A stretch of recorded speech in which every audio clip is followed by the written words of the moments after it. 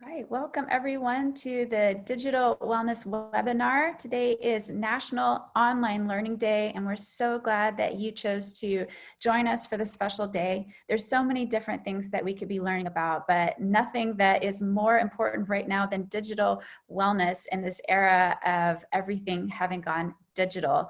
Today we have two of us will be leading you in this webinar. We have Nina Herscher, who is the co-founder of the Digital Wellness Institute, CEO of Evolving in the Digital Age, and she has a specialization in MSW in norms of connectivity and reconceptualizing human development in the 21st century. So say hi, Nina. Hi, everybody. Happy National Online Learning Day. Wonderful. And I'm Amy Blankson. I'm the co-founder of the Digital Wellness Institute as well. I'm also CEO of Fearless Positivity and an author of The Future of Happiness, five modern strategies for balancing productivity and well-being in the digital era. And I've got my MBA from Yale in business and BA from Harvard. So glad to get to be here with you today. And we are delighted to share a topic that we are passionate about. Nina and I are both co-founders of the Digital Wellness Collective, which is the world's first and largest global trade association of digital wellness experts and organizations enhancing human well-being through the intentional use and development of technology. We have more than 100 companies all across the globe who are also focusing on digital wellness. And if you are as well, we hope that you might consider joining the collective. It is a powerful group of organizations who are driven by a passion to make the world be not only safer through privacy, but also through wonderful practices and intentional use of technology and well-being. Today, though, is a celebration of learning. And one of the things that we talk about a lot in the field of positive psychology is this idea of growth mindset.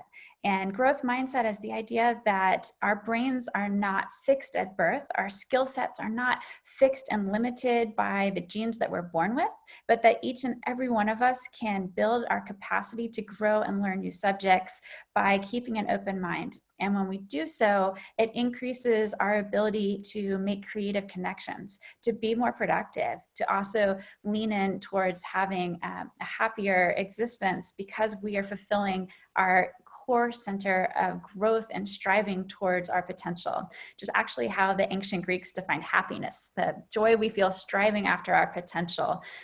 In particular, during this pandemic, during this time of uncertainty, we find that individuals who have been learning new ideas and subjects have actually been thriving. They are rising up as some of the most resilient members of the population who have been able to, those individuals who pick up a new language or a new habit or a new skill set even have been thriving in this period. And I hope that you'll consider this as a wonderful growth opportunity for you as well. We know that online education is now a way of life for all of us, but not all online education is created equal.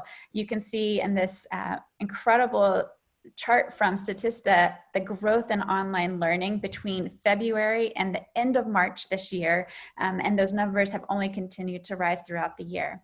But education requires more than just putting content on a screen, as we've discovered through the Digital Wellness Institute, that to have a really good education program requires interaction and engagement and dialogue. And so we wanted to start off this webinar to get to know a little bit of you who are out there listening, tuning in, whether on YouTube or on Facebook or through Zoom.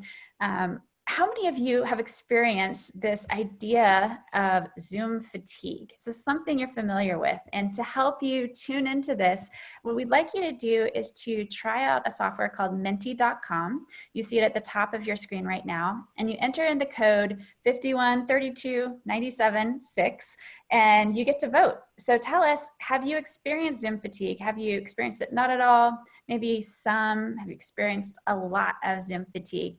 And we'll wait just a moment for some of these answers to come in. Yes, we're starting to get a few people popping on there, say whether or not they've experienced Zoom fatigue. Now, for those of you who aren't familiar with Zoom fatigue is this idea where you have been spending so much time learning online that your brain is actually feeling tired from learning.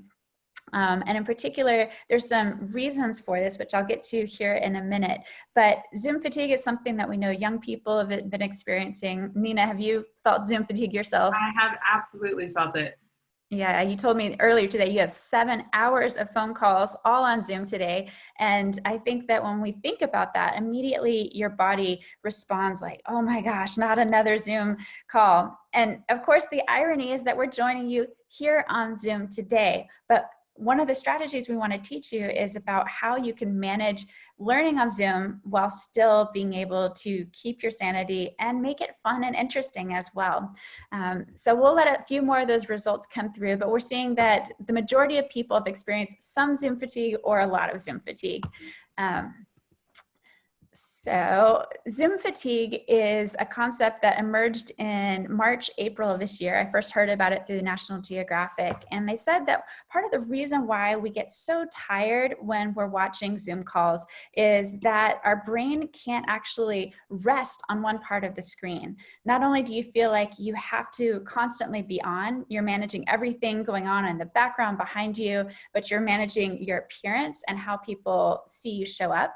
You're managing the faces of other Zoom participants and trying to shift back and forth between different images on the screen.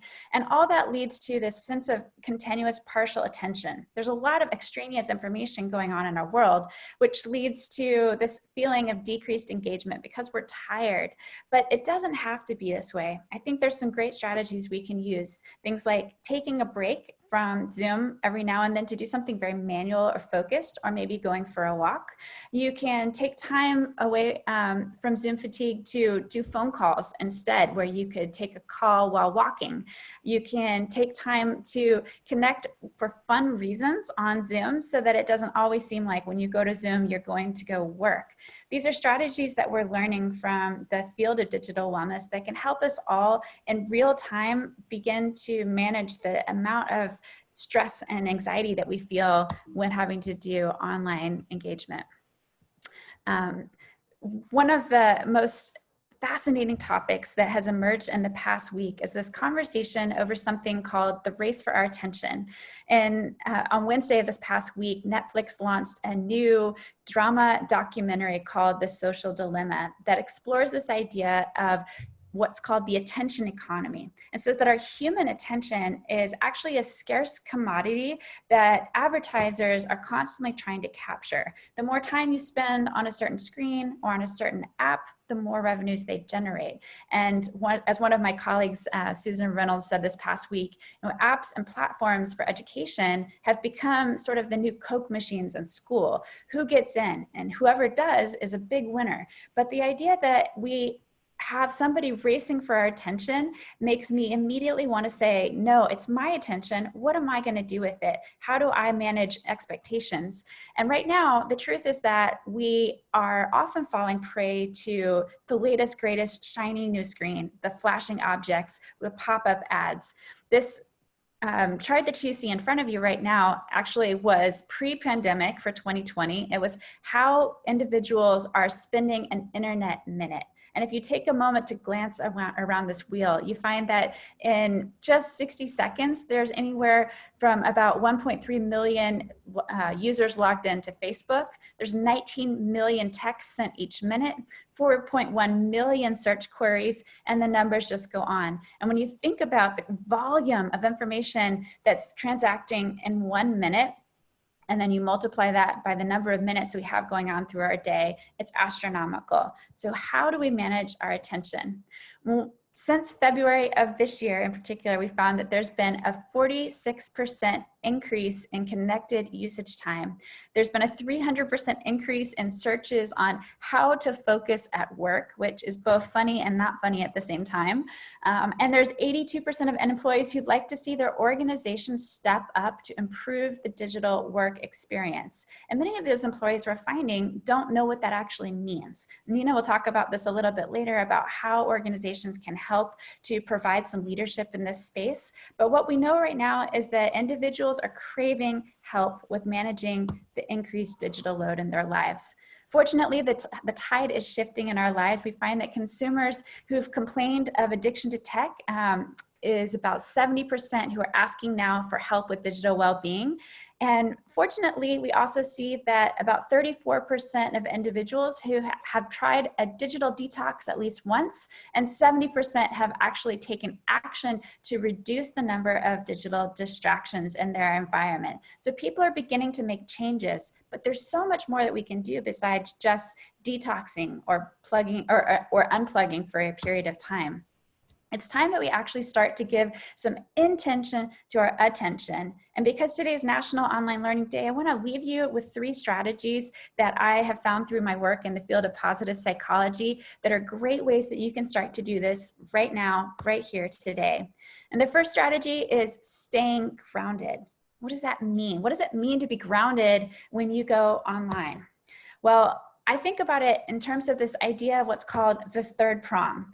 You know, if you plug a cord into an outlet that has only 2 prongs, the energy passes through, of course, but it's not stable energy. It's actually when you add a third prong to your cord that you actually are able to focus the energy in a more effective way.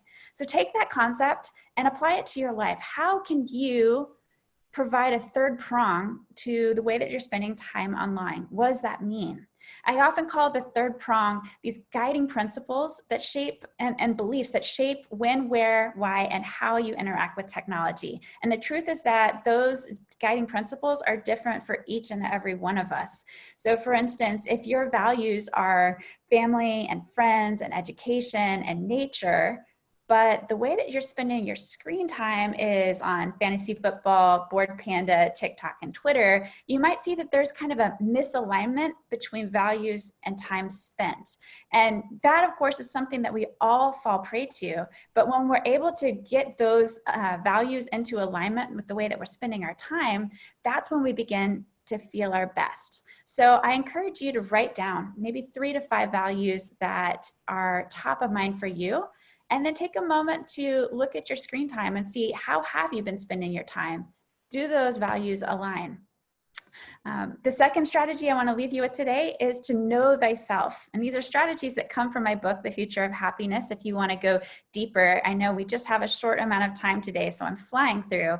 But if you want to delve into this topic of know thyself, it is a concept that was inscribed on the Temple of Apollo because the ancient Greeks felt like this topic was so important. How well do we know ourselves? And if I were to ask you how well you know yourself, you'd probably say pretty well. I know myself better than anyone else knows me, right? But maybe not. So take a moment and look at this optical illusion. My father was a neuroscientist. I grew up with optical illusions like this all the time. And he would always ask me these questions as if it was a game, right? Like, Amy, can you see the white circle in the top left? How about the white triangle in the top right? Or the white circle in the bottom left, the white sphere? And I'd say, yeah, I can see them. I can see them. And he said, actually, none of those images are actually there. Our brain begins to make sense of the world around us, sometimes using what's called illusory information or illusory contours. And the idea is that we use context clues from our environment to fill in information that we don't actually know. It's part of how we contextualize language, but it's also how we fall prey to things like fake news. So when we think about how well we know ourselves, we can actually fool ourselves into believing something is truth based on outside information. Why is this important? Well, it's really important when we start to look at data, and we're fortunate to be living in this era where we have access to data that can provide counterpoints to the information that we've always believed about ourselves. So if you were to say, you know, I think I probably only spend about an hour and a half on my screen each week, you can now go and actually investigate if this is true. The average American spends about 2.5 hours per day on their phones. This information was pre-pandemic. It's closer to 4 hours per day now. But if you're doing the math, it means that every time you unlock your phone, if it took even 1 minute to unlock your phone, those minutes add up quickly, and they lead to numbers that are astronomical and hard to believe that we're now spending 2.5, 3, 4, even 5 hours a day on your phone.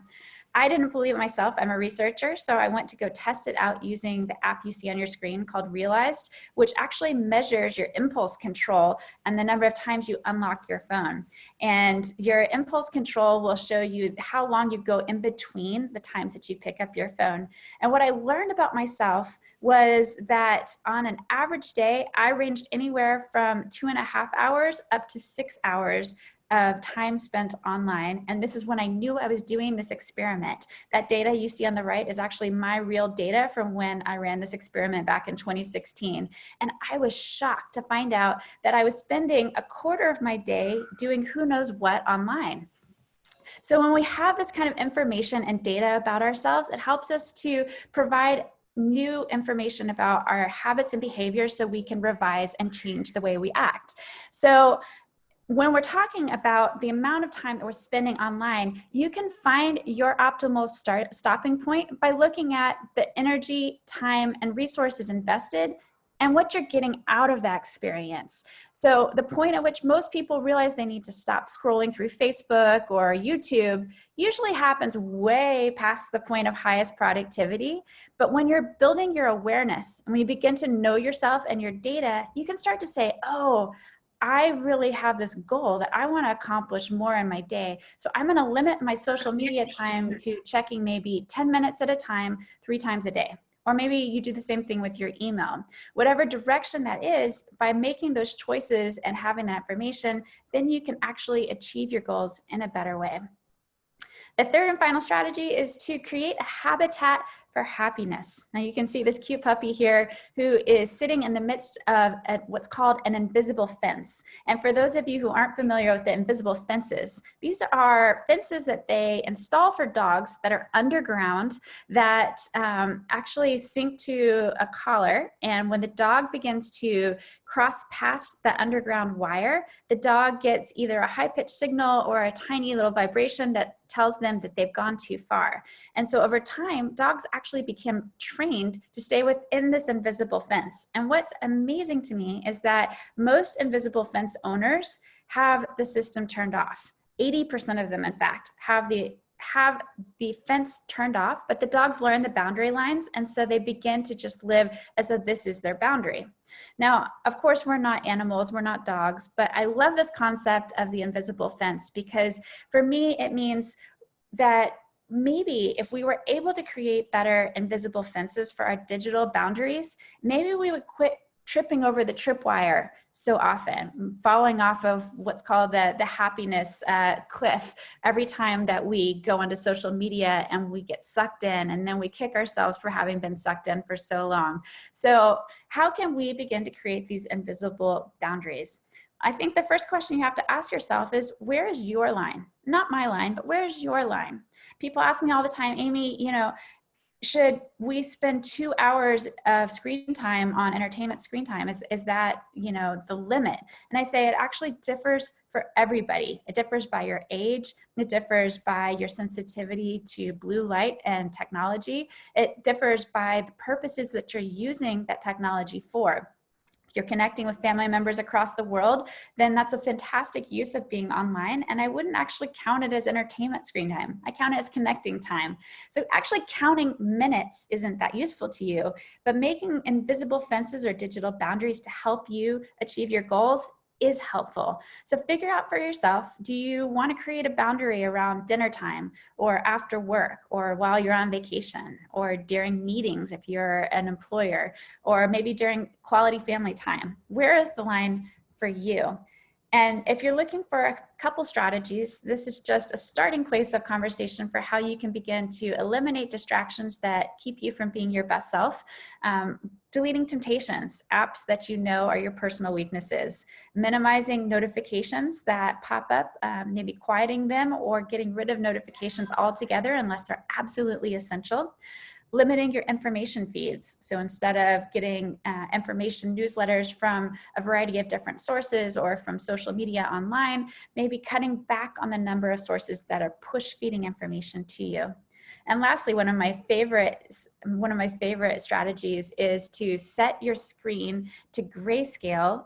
What we find is that when you are on grayscale, that your phone actually is less attractive to you, and it makes you want to use your screen time less, because all of a sudden you find yourself not being drawn in by color and by flashing lights. And it's a fantastic strategy. If you're not sure how to set your phone to grayscale, a simple Google search will come up with a 2 to 3 step process you can do to set it to grayscale, and you can toggle back and forth between color and gray. But it's a wonderful strategy for you to test out to see, is this something that will help me to be better about the amount of time that I spend online when I don't need to? Because obviously sometimes we're doing online learning, we have to be online, but when you don't have to be online, you might need help kind of untangling yourself from that constant digital draw to be online. But there's so much more. This is just scratching the surface. Some of these strategies are things that we teach through the Digital Wellness Institute on a regular basis. I wanted to give you a little teaser of some of the content that we go through in the course, but I'm going to turn it over now to Nina Herscher, my colleague, to share with you a little bit about what we do at the Digital Wellness Institute and how you can tap into more strategies for increasing your digital health. Nina? Thank you so much, Amy. I am thinking about all of the habits that you've described so far, and I think that for me, the intersection of learning and everything we're doing online just couldn't be more prominent right now. I think that when we talk about digital wellness and this movement that we're creating together, it's really not that complicated. We're essentially referring to what does wellness look like in this age of connectivity, and how can we update those best practices. So I'm excited to share with you a little bit about the work.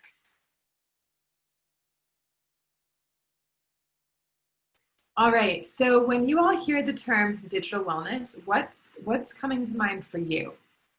Feel free to type it in the chat box here or in Mentimeter. I know that a few of you have had some issues with that code. So what does digital wellness mean to you? I'm seeing somebody says it means balance. Yes, that calibration, equilibrium, taking control, healthy balance. Absolutely. Flourishing, we love the word flourishing. Restraint. Okay, so we're seeing that kind of motif of restraint, control, balance and moderation, wisdom, intention, mindfulness, managing time wisely. Yeah, these are all such great words. How digital helps or hinders mental well-being. That's another really great one. Thank you, Joan. Yeah, these are some wonderful words. We're seeing even more come in. Quiet. So this is a really important concept, is how do we achieve inner peace and peace of mind in this digital age? So thank you all. Productivity, connecting more in person. That's this notion of authentic presence. Wonderful. Okay, so yeah, when we're talking about digital wellness, the technical, definition is that digital wellness refers to the optimum state of health and well-being that each individual using technology is capable of achieving. And so we're really, talking about that in terms of a noun, but you are going to hear digital well-being and digital wellness being used a little interchangeably. And then digital flourishing is kind of our unique approach that we created at the Institute and the Collective.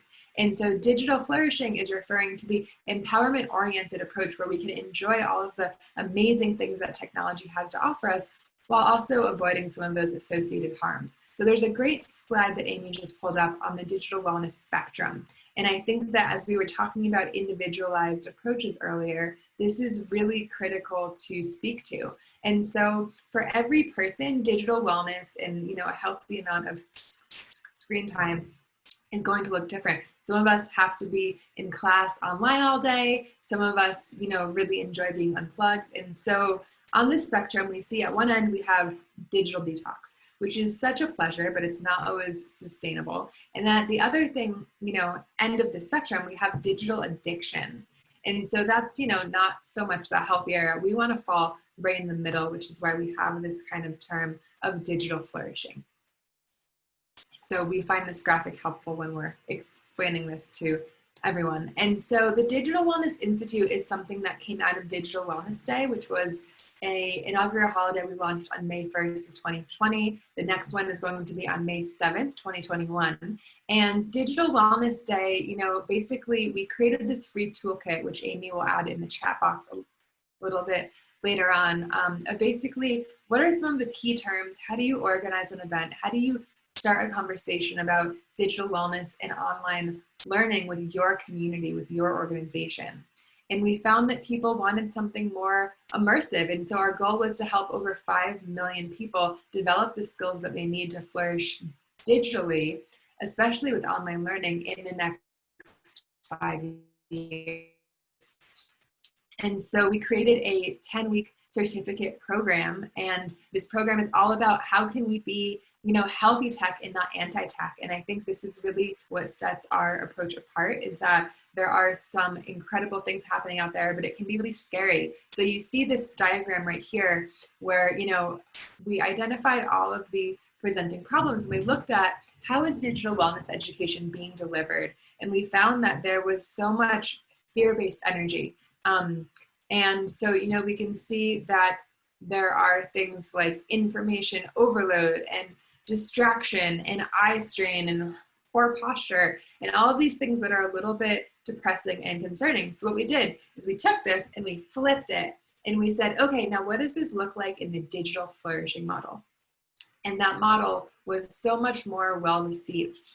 And so this is what this digital flourishing model looks like here. And yes, we will share the slides. So the digital flourishing model is basically looking at this empowerment-oriented approach. And so the main categories that we came up with here were productivity. We have so many: productivity, digital citizenship, mental health, relationships, communication. We just reordered all of these for our upcoming course. But there is this basically area of domains. And so within each one, for example, physical health, it might look like being well rested and optimizing sleep. And for productivity, it might look like tech life balance. And so we really are excited to use this model in our course as well. And so as we delve deeper, we have our fall cohort coming up. It launches on October 5th. And we have people from all over the world registered. So we've had folks from India, Tokyo, Canada, the US, some tropical islands. And this is basically created for people who want to do digital wellness education at their organizations, at their workplace, for their communities, even just with their friends. And I have a feeling a lot of you have been talking about these tangential concepts for a while now. And so we have the course divided up into these kind of three areas of the journey. And so the first is knowledge. We want to teach you everything that you need to know about the digital flourishing model and the core concepts. The next is embodiment. We want you to be able to practice them personally, because that's always where the change begins, with us practicing them personally before we go out into the world, which brings us to that last, kind of tier, which is empowerment, then empowering others with these digital flourishing skills for online learning and for remote work. And so I think that these kind of program objectives are really powerful in terms of looking at the way that we're integrating all of the knowledge that's swirling around us constantly. And we've seen this kind of model and these learning objectives in a lot of other programs as well. And so this method really has been tried, true, and tested. And I'll just read off a few of these super quick, because I know there's a lot here. But for knowledge, some things are understanding current technology trends, understanding the key terminology, discussing the design and regulation, because in that knowledge category, there are two big kind of groupings. The first is, how do we educate, but also how do we learn about the design? Because it's wonderful to educate, but we also need to be working and talking to the designers who are creating the tech that's going to be healthier for us to use and making it even easier and more seamless to learn online. And then embodiment, as I mentioned earlier, it's all about the skills and modeling the prevention and recovery, because usually when someone is drawn to digital wellness, it means there's something that's not working. So some people are just in burnout mode and they need to recover. And some people are, almost there, but they're like, oh, I can still change my habits. And so that's where we address the prevention. And then on the empowerment side of things, coaching for what do effective digital boundaries look like, and how can we assess and track digital wellness over time? We have a digital flourishing survey you can check out at digitalflourishing.com. And this is a free assessment that just helps you look at all the different areas of that wheel you saw. And then at the end, you'll have a link with concrete tips for every category so you can start making changes today if you're open to looking at your habits and your behavior. And so the syllabus overview here is, we have an intro and conclusion weeks. But other than that, we have all of the different domains. And so we have a week that just focuses on productivity, that just focuses on environment, communication, relationships, mental health, physical health, quantified self, digital citizenship, and evolving in the digital age. So how do we take this beyond the classroom into work? And while each of these is its own category, I want to acknowledge that this is a very holistic model. And so let's say that I had a client come to me and they said, Nina, I really am having, some challenges in my relationship with my husband. I don't know where to start. The kind of presenting problem main category might be relationships, but we would look at environment. We would look at, is this couple bringing their phone, their computer into the bedroom? Is that affecting their presence? That lends itself then to communication. Are we communicating? At what time optimally do we want to unplug unless there's a work emergency, because there are always extenuating circumstances. We want to acknowledge that too. And so this is a very holistic model that is really designed to promote positive mental health in the digital age. And so here are some sample topics. I know Amy mentioned a few of these at the beginning, but how can you overcome Zoom fatigue? How can you navigate this always on culture to achieve peace of mind? How can we create those digital boundaries? How can we manage and change our habits with multitasking? And what does it look like to create a communication charter, or basically an agreement with your folks at home, with your folks at work, with your friends, so that you don't have to feel like you are on call at all hours. And when you're showing up, you're showing up in a way that's even more rested and present for those people that matter to you. Also, how can we incorporate diversity, equity, and inclusion into our digital wellness practices and into our digital wellness educational policies?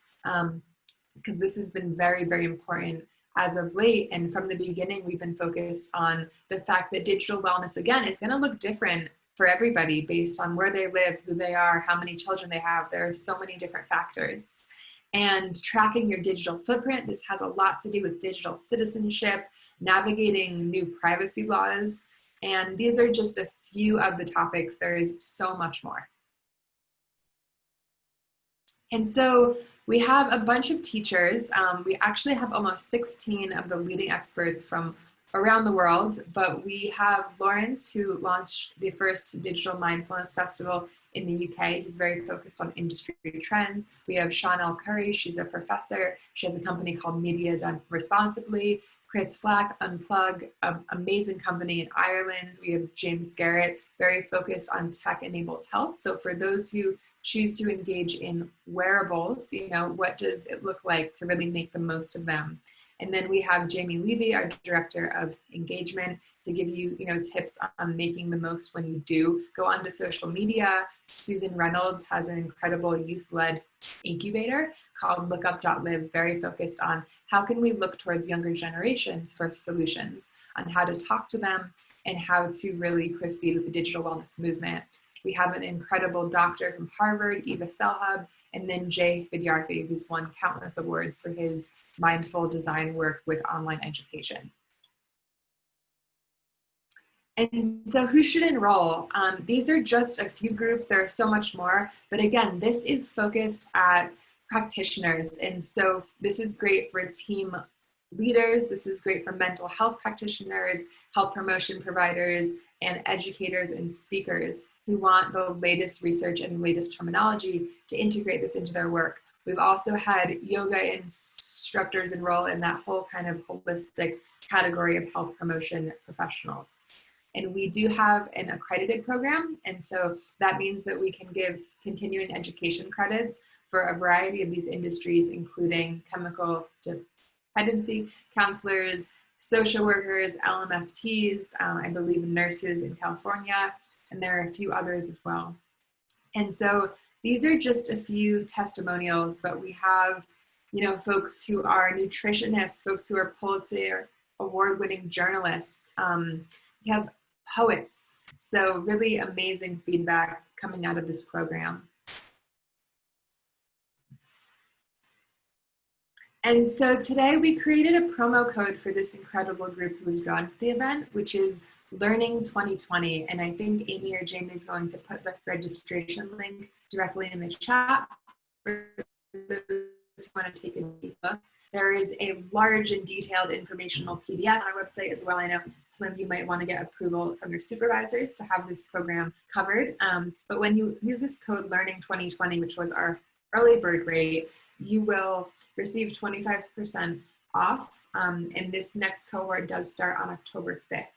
So we would love to see, which of you are drawn to this program, why, and hear more about your work and what you're looking to offer and how you are addressing what online education looks like in an era of COVID. And something we like to say at the collective is together we flourish. So this is a new movement, and this is, I think, an incredible group of teachers, a spectacular program, and we're excited to help it reach even more people. So thank you all so much for attending today. I think we're going to save a little bit of time now. I'll hand it back over to Amy for just some conversation and some questions for anybody who wants to delve into a deeper discussion. Wonderful. Thank you so much, Nina. And thank you for everyone who's made time and space to attend today. We wanted to just leave space in the Q&A and feel free to write in the chat if you have questions. If there's anything that you are wondering about digital wellness or about the Digital Wellness Certificate Program, we are happy to share a little bit more about our experience. We had this fantastic dialogue yesterday with the filmmaker of Netflix Social Dilemma film, and we were really just in awe of getting to hear from other experts in the field who have been wrestling with this issue and hear the concerns that are on people's minds. So we will be sharing that link as well after this if you wanted to tune into there. We have a question here from Mohammed who says, what will we wear masks forever after COVID is over? I wish I could tell you the answer to that. But you bring up an interesting point. You said mask wearing destroys the ability to recognize emotions. And there certainly is a dynamic there we've seen with how, we used to complain about how our digital health would, when you're online, you can't tell emotions, but having masks in real life is almost like having a screen between people, right? But you're right. I think that we can convey a lot of information, and we're finding new ways to do so that just challenges our ability to think with a growth mindset. How can we get past a barrier? How can we overcome in a way that brings us together and helps us to truly flourish in a way that meets our needs, but deals with the challenges that we have in our time? I see and hear a lot of concerns about adjusting to the time of the pandemic.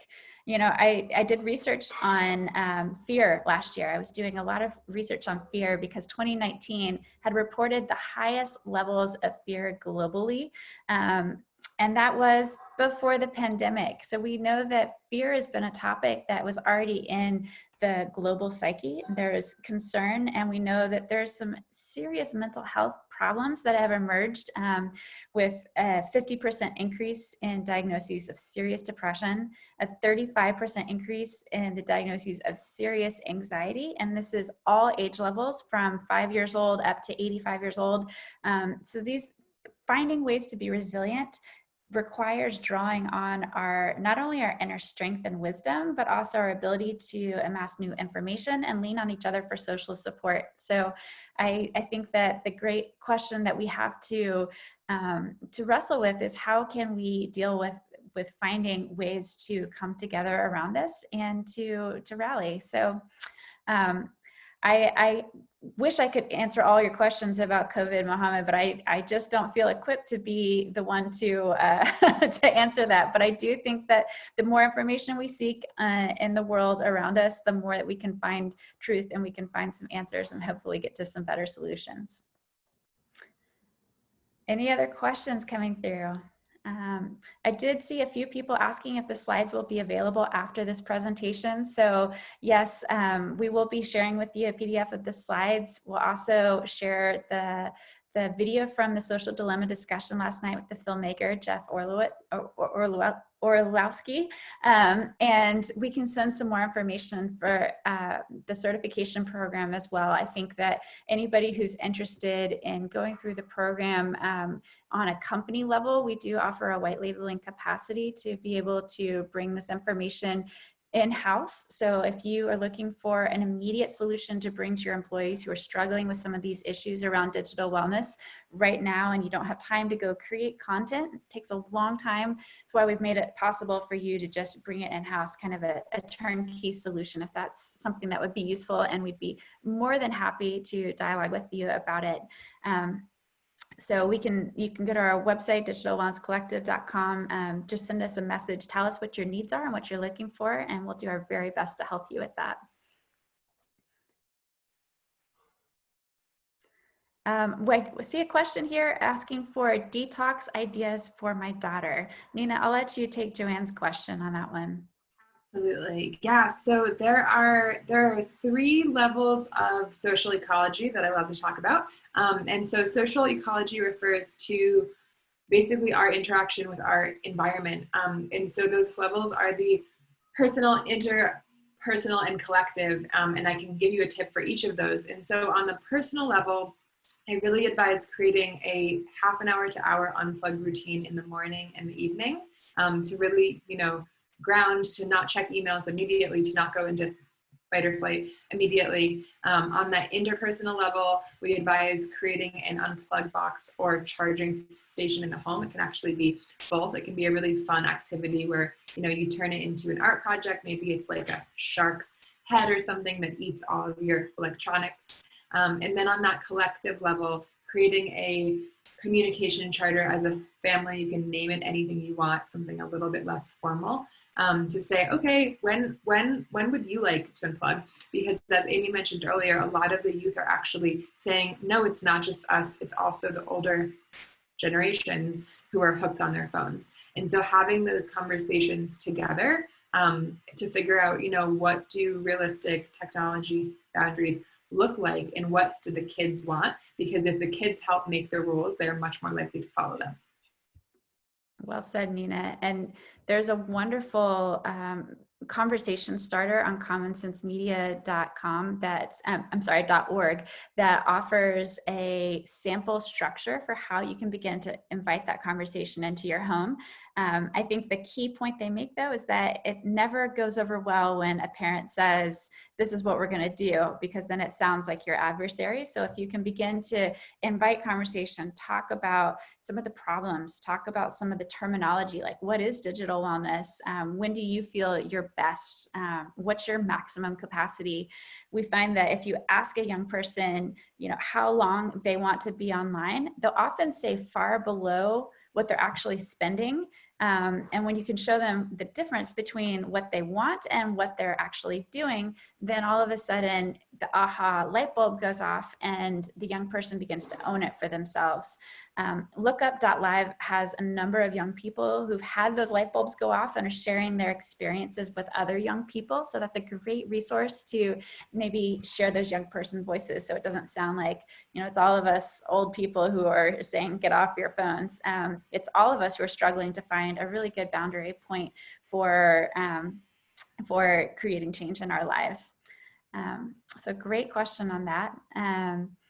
Yeah, I see Matthew says he's going to go check out Social Dilemma. It really is a fantastic film, one of the best tools and resources we have to date to explain the problem and also start moving towards solutions.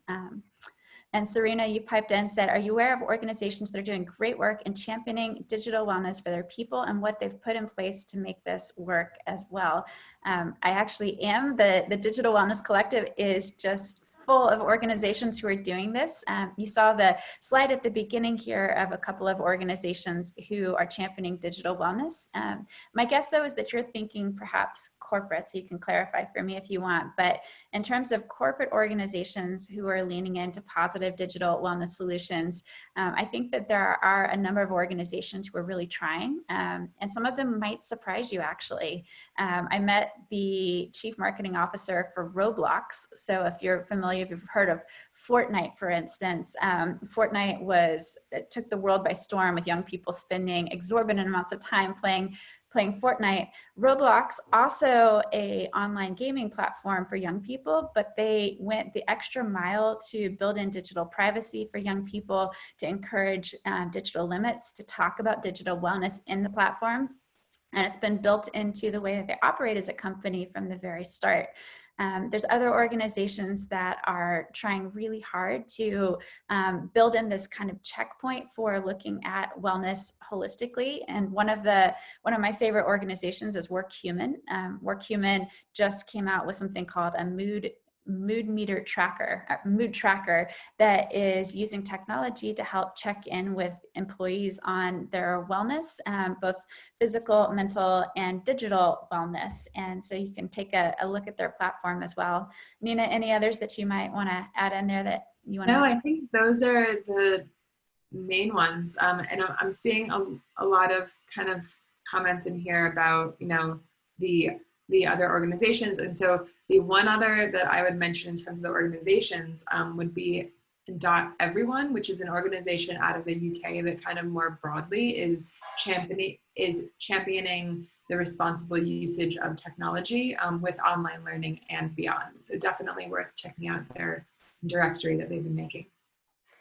I would add to that, Nina. We've talked all the time between the two of us about living room conversations, which offers so many great resources for whether it's families or organizations who want to start difficult conversations that maybe have different stakeholders. So whether that's difference in age or difference in perspective on technology, that you can explore how to invite those conversations and have them in a way that's meaningful and provides an open space for everyone. So livingroomconversations.org, just went into the chat if you want to check that out as well.